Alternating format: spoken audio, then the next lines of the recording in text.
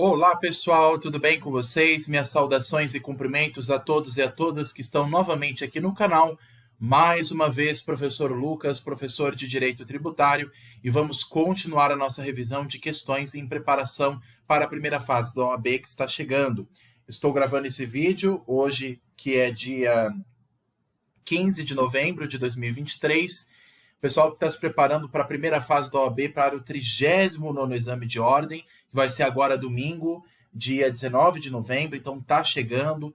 E até lá eu vou fazer várias revisões de questões com vocês e de alguns conteúdos também para a primeira fase em Direito Tributário, para vocês gabaritarem as 5 questões em primeira fase de Direito Tributário. Tudo bem? Vamos começar então? Pessoal, só uma coisa. Já que nós estamos falando do 39º exame de ordem agora em 2023, vocês devem estar se perguntando, pessoal que está chegando agora aqui no canal, por que então que eu estou comentando uma questão tão antiga ou questões antigas de um exame lá de 2015? Pessoal, quem já está me acompanhando aqui no canal faz tempo, sabe que eu estou examinando todos os exames de primeira fase da OAB em Direito Tributário. Então eu examinei o 37º exame de ordem que caiu no meio desse ano de 2023, o 36º, o 35º, o 4º, o 3º, o 2º, o 1º, o 29º, o 28º, até chegar onde nós estamos aqui. Eu comecei lá da frente e fui andando, fui retrocedendo. Por quê, pessoal? Porque quanto mais questões vocês fizerem dos últimos exames da OAB, mais preparados vocês vão estar para a primeira fase. E eu volto a repetir, pessoal, a FGV ou repete questões de exames anteriores, ou ela mistura, ou ela altera algumas questões e deixa elas muito parecidas umas com as outras. Então, por exemplo, tem questões que caíram em 2023 que foram cobradas nos exames de 2022 e 2021. E como é que eu vou saber disso? Fazendo questões. E essa é a proposta do canal também. Quanto mais questões vocês fizerem, mais preparados vocês vão estar para a primeira fase em Direito Tributário para gabaritar as 5 questões. Dessa época que eu peguei, de 2015, o 17º exame de ordem, era uma época que só tinha 4 questões de tributário.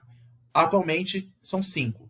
Mas, mesmo assim, são questões de direito tributário e processo tributário que podem, sim, ser cobradas ou parecidas ou muito próximas para a primeira fase da OAB em direito tributário, que vai cair para todo mundo. Ah, mas eu escolhi direito penal, administrativo, trabalhista, civil, empresarial para a segunda fase. Não escolhi direito tributário para a segunda fase. Tudo bem.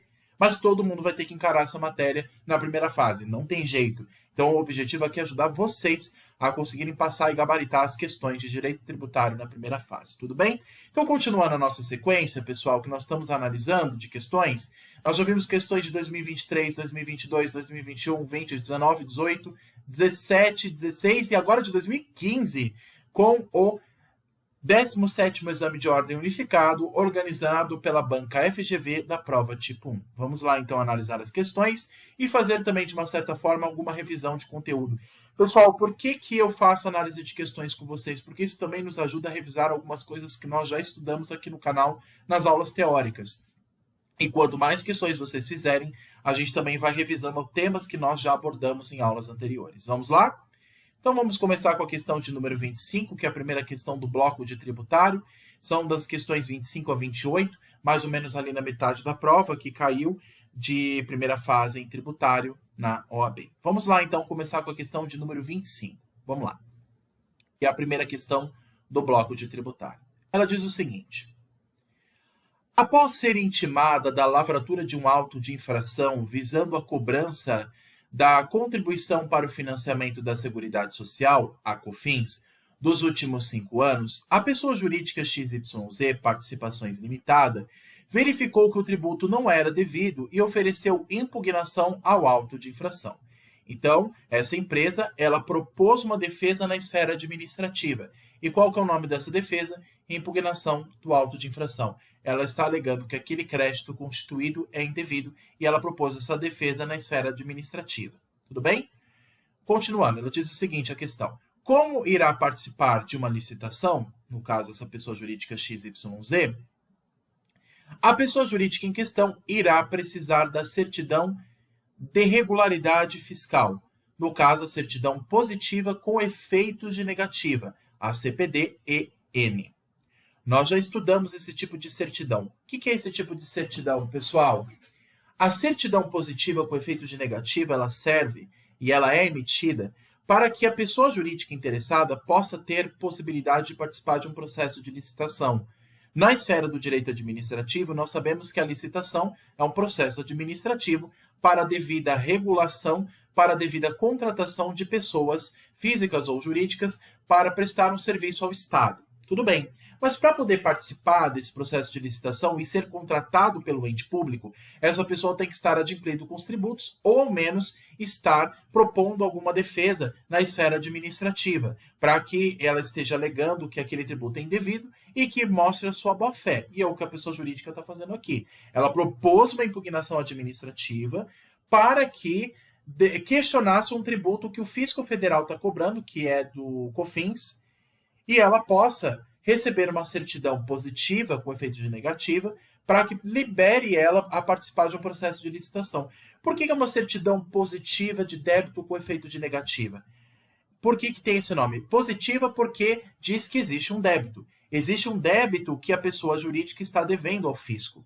Por isso que é o nome certidão positiva. Existe um débito tributário que aquela pessoa jurídica está devendo ao fisco, mas com efeito de negativa, ou seja, mostra a boa-fé da pessoa jurídica. A pessoa jurídica, ela está impugnando aquele crédito. Ela, de fato, deve aquele tributo, mas ela está questionando isso na esfera administrativa ou judicial, e aí ela requer a possibilidade de participar do processo de licitação enquanto ela está questionando aquele crédito. Então, o que o fisco faz? Ele emite essa certidão, que é a certidão positiva, ou seja, mostra que existe um débito, com efeito de negativo, ou seja, é uma certidão que possibilita a empresa estar, por enquanto, adimplido com o fisco, mas diz que o débito ainda está sendo questionado, que o débito ainda está existente, que está constituído. Ou seja, a pessoa jurídica está de boa fé, mas ela ainda deve um tributo ao fisco. Só que ela está questionando esse tributo na esfera administrativa ou até judicial, alegando que aquele tributo ou é ilegal ou é inconstitucional.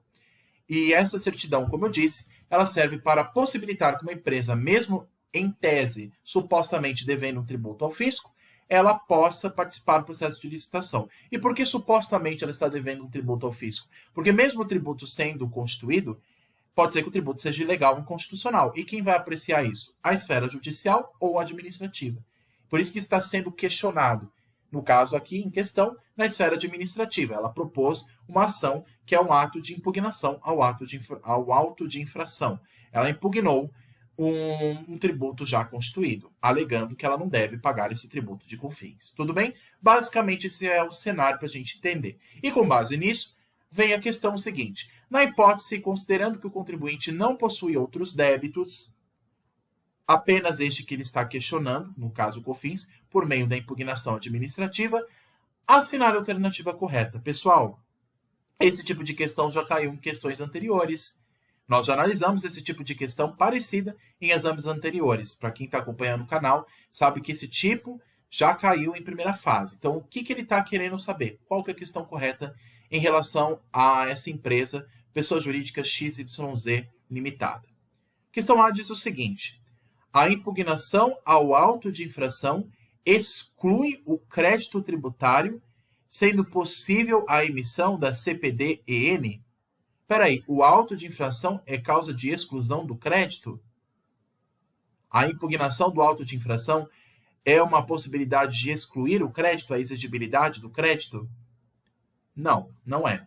No CTN, ele fala das possibilidades de exclusão do crédito, por meio da suspensão da exigibilidade do crédito. Ele exclui a sua exigibilidade. Lá no CTN, ele fala dessas hipóteses, e não está previsto por meio de auto de infração, impugnação em auto de infração na esfera administrativa. Então, a alternativa A vai contra as possibilidades elencadas pelo CTN. Questão B. A impugnação ao auto de infração sem o pagamento do crédito impede a emissão da CPD-EN? Errado também. Porque é o seguinte, não precisa haver o pagamento do débito, não precisa haver o pagamento desse tributo, do crédito tributário, para que se emita essa certidão. Essa certidão pode ser emitida, desde que o contribuinte ou pague ou propõe uma defesa judicial administrativa, que é o que ele está fazendo. Ele não necessariamente precisa fazer o pagamento do crédito que ele está supostamente devendo. Então, a pessoa jurídica XYZ não precisa obrigatoriamente pagar esse débito que está sendo questionado na esfera administrativa. Ela só precisa propor a sua defesa. seja na esfera administrativa, como no caso, que é a impugnação ao auto de infração, ou na esfera judicial, por meio, por exemplo, de uma ação anulatória do crédito fiscal. Então, nesse caso, a questão B está errada. Questão C. A pessoa jurídica XYZ, participações limitada, somente terá direito a esta certidão caso realize o depósito no montante integral? Errado. Para emitir essa certidão, não precisa pagar o tributo ou deixar depositado. Para propor essa certidão, que é a certidão positiva de débito com efeito de negativa, basta ou pagar o tributo, a pessoa jurídica pode fazer isso se ela quiser, ou impugná-lo na esfera judicial ou administrativa. Então, a questão C está errada. Inclusive, vai contra o que o CTN diz. E o que diz a questão D? A impugnação ao auto de infração suspende a exigibilidade do crédito, sendo possível a emissão da CPD-EN. Exatamente. Essa é a questão correta, a questão D de dado. Pessoal, nós já falamos aqui no canal as possibilidades de suspensão da exigibilidade do crédito, né? Esse é o nome correto. Mais do que exclusão, na verdade, o nome que o CTN usa é suspensão do crédito. Lembra das modalidades de suspensão do crédito tributário que nós já analisamos? Que é o famoso modere copa. No caso, nós temos a moratória, o depósito do valor, ou o recurso na esfera judicial administrativa. Aqui houve o recurso na esfera administrativa. Houve uma propositura de uma defesa na esfera administrativa. Ele propôs uma impugnação ao auto de infração. Houve uma defesa nessa esfera administrativa. Portanto, essa é uma das hipóteses de suspensão. A suspensão do crédito, ele não vai quitar o crédito. Suspender o crédito tributário não vai quitar, mas vai pausar, vai suspender a sua exigibilidade por um tempo, até que aquela questão se resolva, por exemplo, na esfera administrativa, até que o caso, o processo seja apreciado e seja julgado. Então, até que haja o julgamento na esfera administrativa para verificar se a pessoa jurídica XYZ está devendo ou não o COFINS, enquanto esse processo está ocorrendo, esse processo na esfera administrativa, o fisco pode emitir essa certidão, desde que a pessoa jurídica não tenha outras dívidas que estejam em atraso com o fisco. E é o caso, porque a questão até mesmo disse, considerando que o contribuinte não possui outros débitos. O único débito que a pessoa jurídica XYZ tem é com o COFINS que ele está questionando na esfera administrativa, por meio da impugnação. Ok. Então, nesse caso aqui, é uma possibilidade prevista no CTN de suspensão da exigibilidade do crédito tributário. Pessoal, para ficar um pouquinho mais fácil, vamos dar uma olhada então no CTN, se vocês quiserem. No CTN, lá está falando das possibilidades de suspensão da exigibilidade do crédito tributário. O artigo 151 do CTN, vocês conseguem acessar aí, pessoal? Eu só não consigo colocar aqui na tela, porque a questão toma todo o espaço da tela aqui do computador. Vamos dar uma olhada aí, vocês conseguem acessar aí o site do Planalto? Dá uma olhada aí no site do Planalto, ou mesmo no Vadmecum, acessem aí o Código Tributário Nacional. Vamos ler juntos o artigo 151 do CTN, que nós já estudamos, que são as possibilidades de suspensão da exigibilidade do crédito. E quais são elas? E são apenas elas. É um rol taxativo. Primeiro, lembra do modere copa, né? Primeiro, moratória, inciso 1, né? Artigo 151 diz o seguinte: suspendem a exigibilidade do crédito tributário. Inciso 1, moratória. Inciso 2, o depósito do seu montante integral é uma das possibilidades de suspensão, mas não é a única. Por que a questão B, por exemplo, está errada? Porque ele falou que somente com o pagamento integral do crédito, do valor, ou como diz a questão C também, somente com um depósito do valor é que se poderia questionar na esfera administrativa, que se poderia propor, no caso, a certidão. No caso, não é apenas essa possibilidade. O inciso 2 é uma das possibilidades. O depósito do seu montante integral é uma das possibilidades, mas não é a única, do artigo 151. Aí vem o inciso 3. As reclamações e os recursos nos termos das leis reguladoras do processo tributário administrativo, que é o que nós estamos vendo aqui, o artigo 151, inciso 3, está contemplado aqui. Ele está propondo, no caso da pessoa jurídica, uma impugnação ao auto de infração, que é o que está previsto no artigo 151, inciso 3. as reclamações e os recursos na esfera administrativa. Da mesma forma, o inciso 4 diz que poderia ser a concessão de medida liminar em sede de mandado de segurança, ou mesmo, inciso 2, no caso, em sede de ação judicial, a exemplo da ação anulatória, e o inciso 6 fala sobre o parcelamento. Então, lembra do modere copa, mo de moratória, de depósito, re de reclamação administrativa, co de concessão de medida liminar, seja de mandado de segurança ou ação judicial, e par de parcelamento. Lembrem disso, coloque anotado para vocês o modere copa. Gente, possibilidade de suspensão do crédito tributário, esse é um tema que a banca FGV ama perguntar em primeira fase. Sempre tem uma questão de primeira fase, ou grande parte dos exames, sempre tem uma questão que pelo menos pergunta as possibilidades de suspensão ou de exclusão do crédito, tá? Aqui, no caso, ele não exclui o crédito, mas ele suspende. A exclusão do crédito tributário, ou seja, a sua extinção, não se dá por meio, no caso pela impugnação administrativa. Essa não é uma das possibilidades de exclusão. Você só exclui, você só extingue o crédito tributário, por exemplo, com um pagamento integral e sem propor uma defesa depois. Então, eu pago o tributo e tudo resolvido. Ou no caso de prescrição e decadência. Está lá no CTN também essas possibilidades de exclusão. Aqui não se fala de possibilidade de exclusão. Aqui se fala de possibilidade de suspensão da exigibilidade. Ele para no tempo a exigibilidade do tributo e enquanto ele fica parado, o fisco emite a certidão positiva de débito com efeito de negativa, CPDEN. E no caso, por conta disso, a questão D está certa.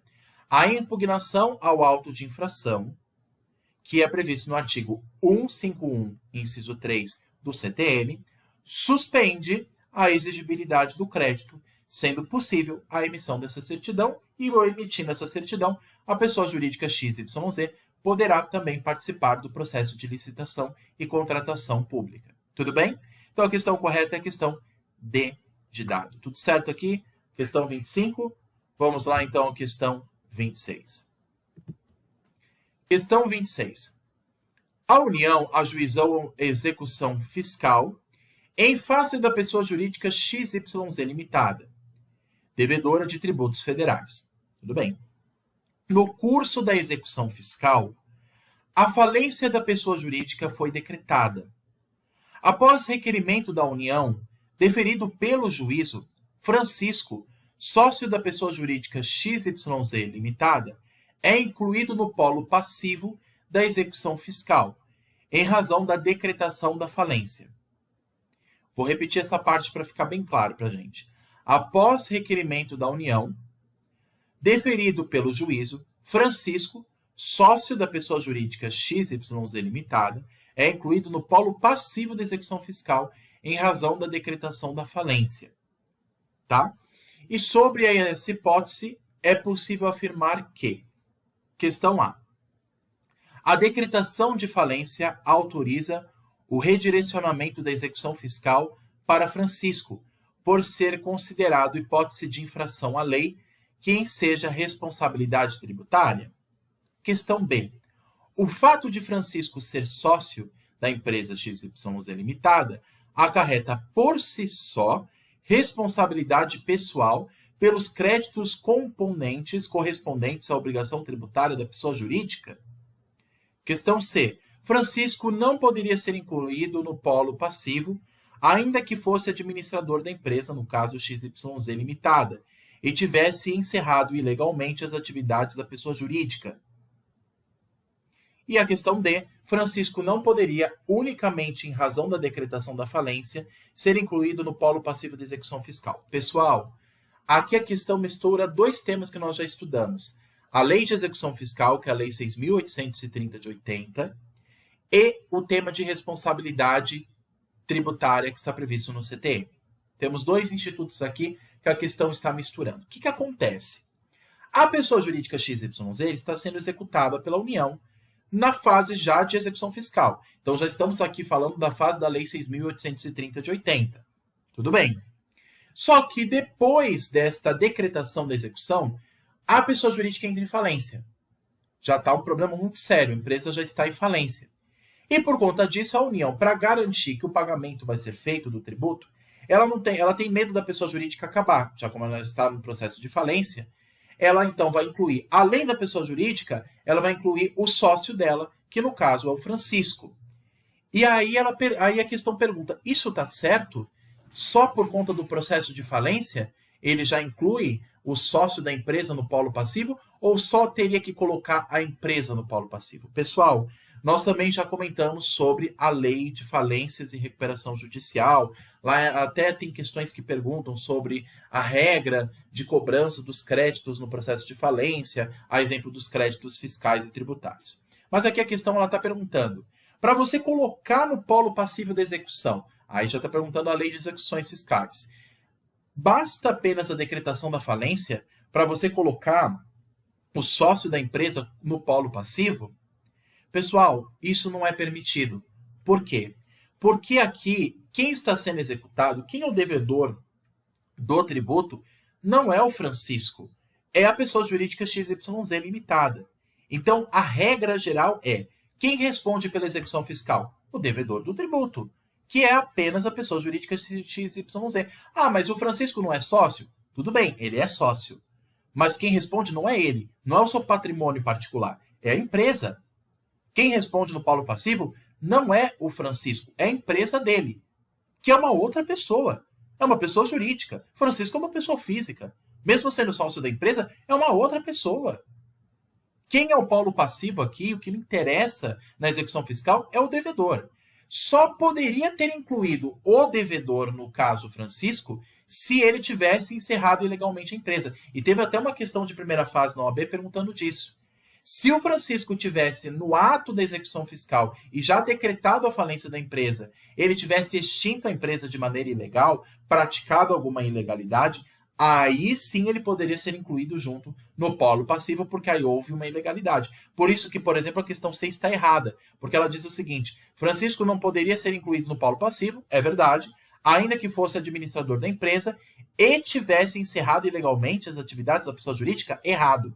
Se Francisco tivesse feito isso, o que não fez, mas se ele tivesse feito isso, de encerrar ilegalmente a empresa em pleno processo de execução fiscal e decretado a sua falência, aí ele agiu de má fé. Aí, nesse caso, inclusive com base na lei de execuções fiscais, aí ele poderia ser colocado no polo passivo.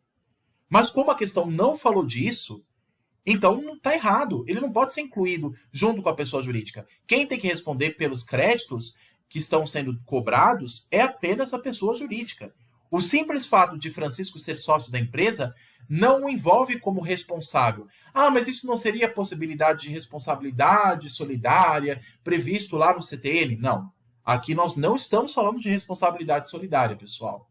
Aqui não é uma hipótese de responsabilidade solidária que está previsto no CTN. Apenas a pessoa jurídica XYZ é que responde pelos créditos devidos. O Francisco não tem nada a ver com isso, ele não praticou o fato gerador.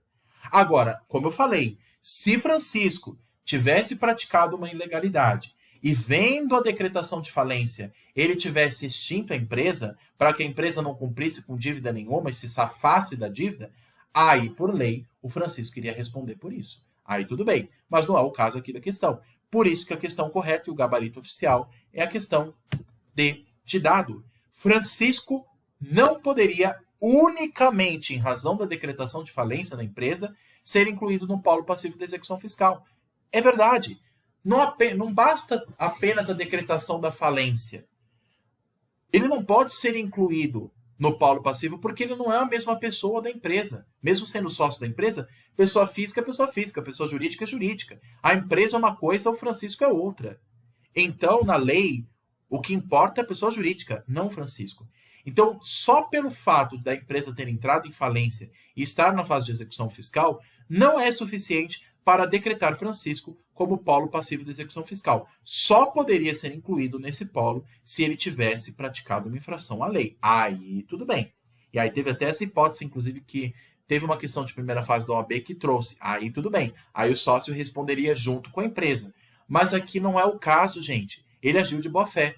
Quem agiu de má fé é a empresa, que entrou em falência e está devendo para o fisco, no caso a União. Então, só a empresa XYZ responde e o Francisco não cumpre as obrigações de pagar esse tributo em fase de execução fiscal, tudo bem? Então, a questão correta aqui, segundo o gabarito oficial, é a questão de dado. Francisco não poderia, unicamente em razão da decretação de falência de XYZ Limitada, dessa empresa, ser incluído no polo passivo da execução, unicamente pelo fato dela estar em falência. Isso não é suficiente. Então, questão correta de dado. Então, você vê, pessoal, tem questões como essa que misturam institutos como lei de execução fiscal, aí já trata de responsabilidade tributária para gerar uma confusão. Então, por isso que eu falo, pessoal, que a gente tem que refazer questões, porque tem questões que trazem pegadinhas, procuram misturar institutos para ver se você erra a questão. Então, a gente tem que ficar atento a tudo. E essa questão aqui tentou já juntar responsabilidade tributária com execução fiscal. Mas o que nós aplicamos aqui é apenas a LEF, a Lei de Execuções Fiscais, a Lei 6.830 de 80. Essa que vale para nós aqui. É o que está escrito na lei para a execução fiscal. Tudo bem? Alternativa D de dado para a questão de número 26. Questão 27. A pessoa jurídica X foi contemplada com isenção de IPTU, Imposto sobre a Propriedade Predial e Territorial Urbana, do imóvel utilizado nas suas atividades comerciais. Ok. E lembra, pessoal, que a isenção é concedida como? Por meio de ato administrativo ou concedido por lei? Por meio de lei. A anistia é concedida por ato administrativo. A isenção é por meio de lei. Então, está falando apenas de isenção. E a pessoa jurídica foi beneficiada com a isenção do IPTU em atividades comerciais. Tudo bem. A referida isenção foi concedida pelo prazo de 5 anos e sob a condição de que o imóvel seja utilizado para a produção de artesanato regional. Então, apenas imóveis destinados a essa finalidade é que se concede a isenção. Se o imóvel desviar sua finalidade e fim, a isenção não se aplica de IPTU. Então, com base nesse caso apresentado, sobre a referida isenção, assinale a opção correta. Qual que é a alternativa correta aqui, pessoal? Poderá ser suprimida por lei a qualquer tempo, ainda que o contribuinte atenda à condição de utilizar o imóvel para a produção de artesanato regional? Pessoal, eu falei que isenção é diferente de anistia. Isenção é concedido por lei. Anistia é por ato administrativo. A anistia, sim, pode ser revogada a qualquer tempo quando o fisco quiser. Quando o fisco faz uma anistia ao tributo a um contribuinte específico, ele pode revogar essa anistia a qualquer tempo, porque ela é concedida por ato administrativo. E ato administrativo não gera direito adquirido. Aí, nesse caso, o ato administrativo pode ser revogado a qualquer tempo. Mas aqui nós não estamos falando de anistia, nós estamos falando de isenção. E ela é concedida por meio de lei. E, portanto, ela não pode ser suprimida a qualquer tempo. Se a lei concedeu a isenção, essa isenção deve ser respeitada. E a lei não pode suprimir a qualquer tempo. Pode haver uma nova lei que revogue a isenção? Pode, mas ela vai ter que valer só depois de respeitado o prazo da anterioridade. Mas logo após o dia, já depois de decretado, não. Diferente do ato administrativo. O ato administrativo é assim. Eu concedi, a prefeitura concedeu a anistia de IPTU. Legal. Aí, no caso, foi o âmbito municipal, que por meio da anistia, o ato administrativo, ela concedeu a possibilidade de não pagar o tributo. Mas esse ato administrativo pode ser revogado? Pode. Não gera direito adquirido. E já passa a valer no dia seguinte. Uma vez revogado hoje, amanhã já não vale mais. Isso é anistia. Mas aqui nós não estamos falando de anistia, nós estamos falando de isenção, que é concedida por lei. Para que surja uma nova lei que revogue a isenção, ela pode acontecer? Pode, mas ela só vai poder valer respeitando a anterioridade. Então, só depois de um bom tempo. Não pode ser revogada a qualquer tempo. Tem que se respeitar a anterioridade, como ela é concedida por lei. Então, a isenção não se observa essa questão. Então, a questão A está errada. Ela pode ser suprimida por lei, a isenção? Pode. A qualquer tempo? Não, porque existe uma restrição de tempo para a lei. Questão B. Não poderá ser suprimida no prazo de 5 anos, caso o contribuinte cumpra as condições de utilizar o imóvel para a produção de artesanato regional. Essa questão B está mais correta, mas vamos analisar as outras questões. Questão C. Não poderá ser suprimida no prazo de 5 anos, ainda que o contribuinte utilize o imóvel para a realização de atividades comerciais diversas da produção de artesanato regional? Errado. Pessoal, qual que foi a condição da lei? A lei ela vai conceder uma isenção, e aí a isenção gera direito adquirido para o contribuinte nesse prazo de 5 anos. Então, só depois desses 5 anos é que a isenção poderia ser revogada por outra lei. Agora, desde que o imóvel seja utilizado para finalidade de produção de artesanato. Se o imóvel for destinado para outra coisa, o imóvel foi destinado para a comercialização de automóveis.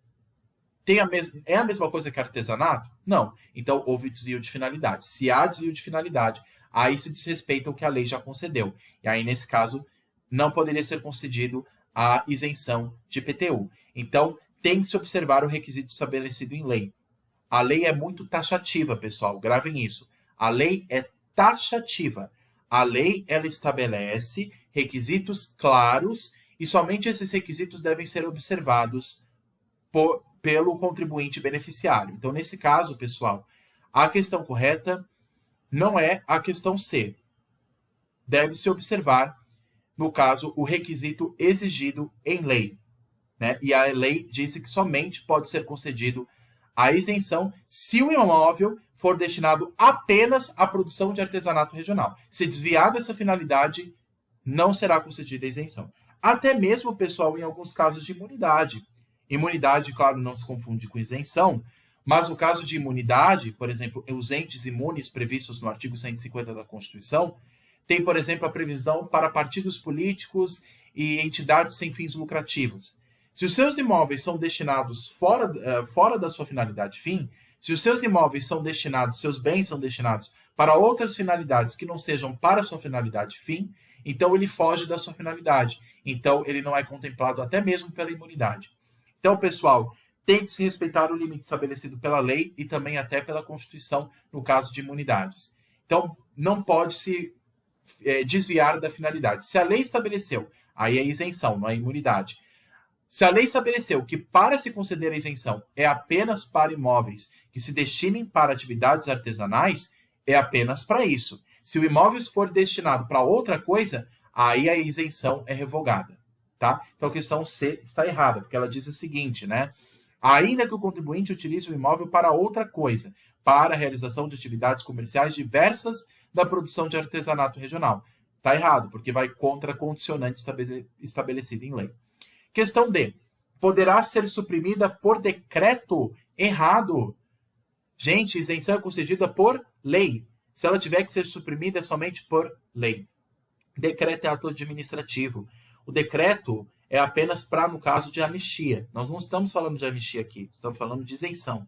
Para você revogar a isenção, é somente por meio de lei, e no caso, depois desses 5 anos estabelecido pela lei. Já gera um direito adquirido ao contribuinte beneficiário.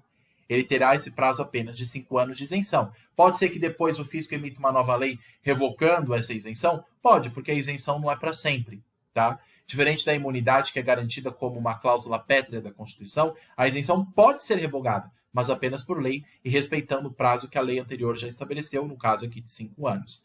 Então, o que resta para nós é a alternativa P de bola. Não poderá ser suprimida no prazo de 5 anos, porque gera direito adquirido ao contribuinte, no caso da pessoa jurídica X, caso o contribuinte cumpra a condição de utilizar o imóvel para a produção de artesanato regional. Então, ele tem o direito adquirido, desde que o seu imóvel cumpra a finalidade que a lei exigiu. Essa é a alternativa correta, alternativa B de bola.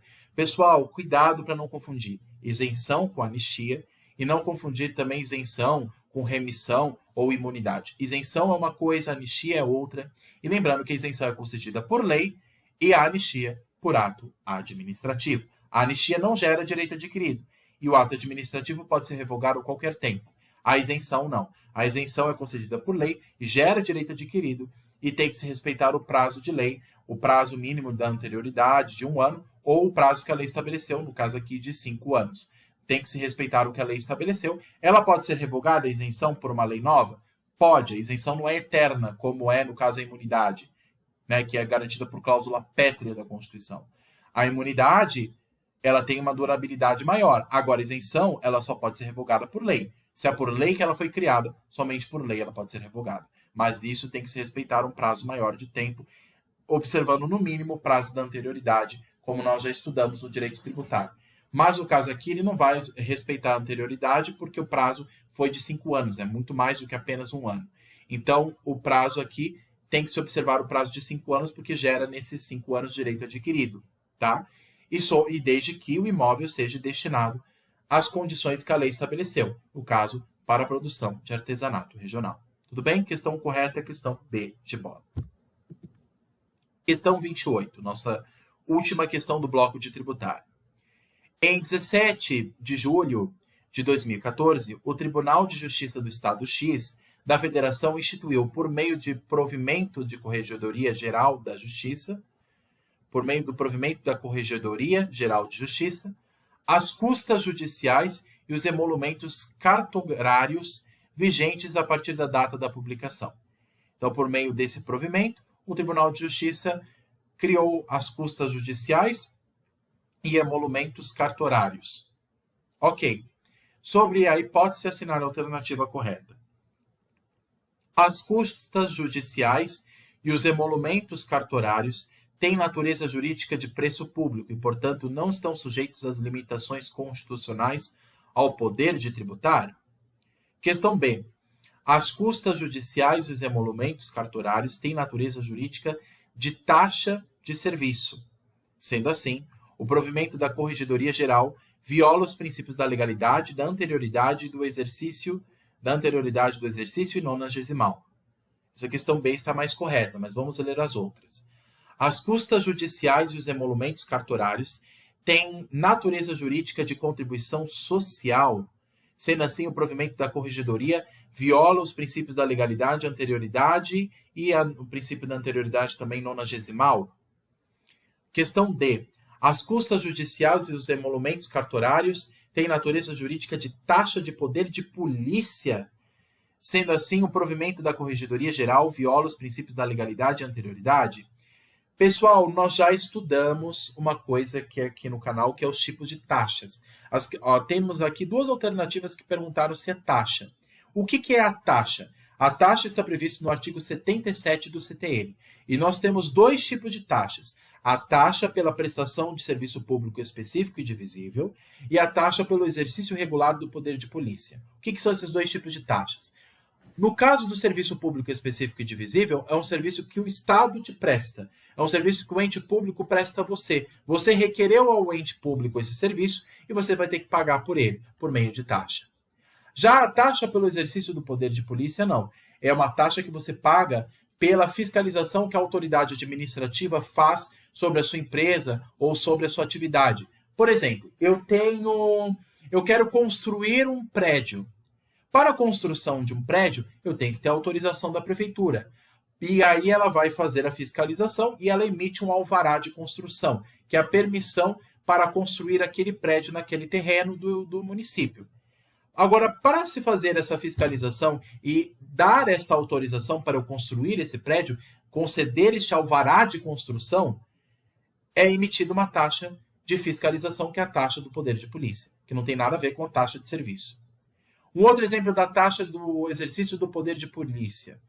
Quando, por exemplo, um agente fiscal administrativo fiscaliza um restaurante para verificar se esse restaurante está em plenas condições de uso, de boa higienização, respeitando as regras dos bombeiros na parte de eletricidade. Então, se faz uma fiscalização completa daquele estabelecimento para ver se ele está em plenas condições de uso e funcionamento.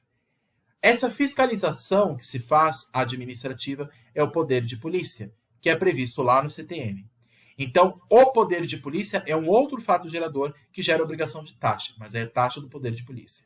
No caso aqui, o que está acontecendo? O Estado, no caso, o Tribunal de Justiça do Estado X, ele vai cobrar custas e emolumentos, que nada mais são, pessoal, do que taxas pelo exercício do poder de jurisdição. Então, quando eu quero propor uma ação na esfera judicial, eu estou pedindo ao Poder Judiciário, que é um poder do Estado, para que exerça um serviço público para mim, um serviço público específico e divisível.